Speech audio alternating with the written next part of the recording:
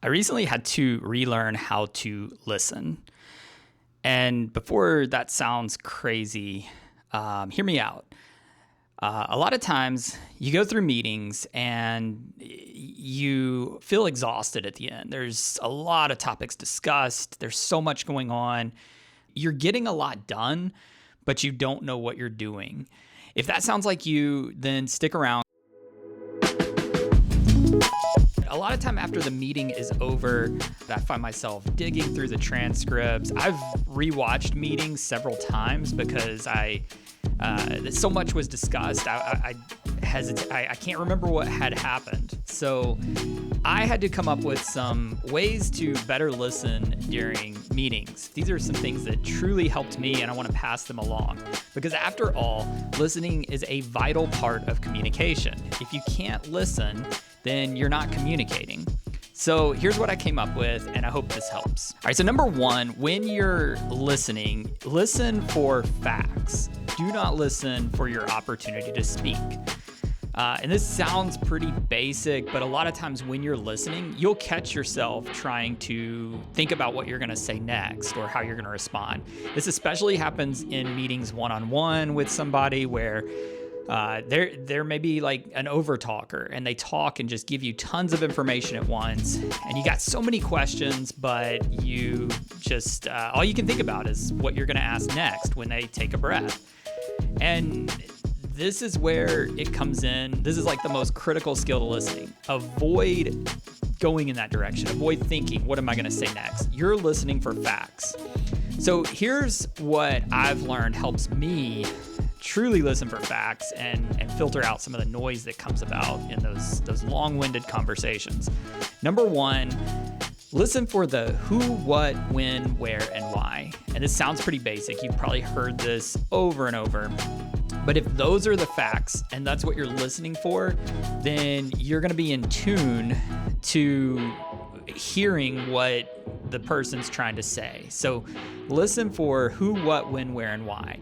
And, if you take this a step further, pull out a notebook and put columns down on it with who, what, when, where, and why. Every time you hear a who, you write it down. You write the when, the where, the what, and the why.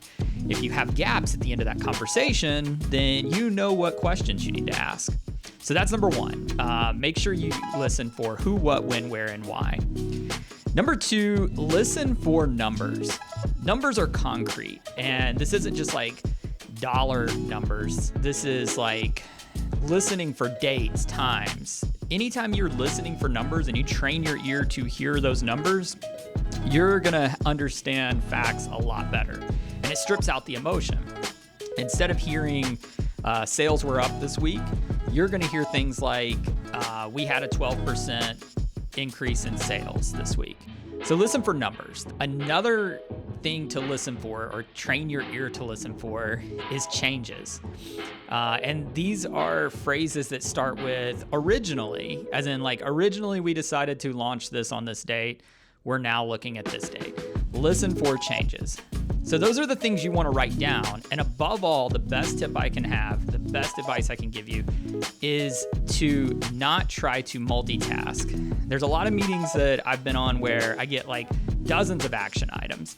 And they're not action items that like take weeks to achieve or accomplish. They're like little quick hit things, little fire drills. And so what I've really trained myself to do is to not take action immediately.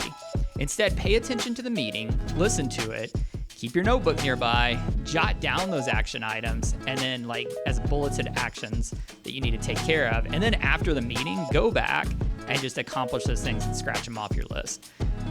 I've found that is liberating because I always want to tackle the task immediately, and then I may miss like key details that somebody's talking about in the meeting after they said to do said task. So they may say, hey, can you email so-and-so about something? I'm writing that email while they're saying, oh, by the way, we need to find out more about this account or that or whatever.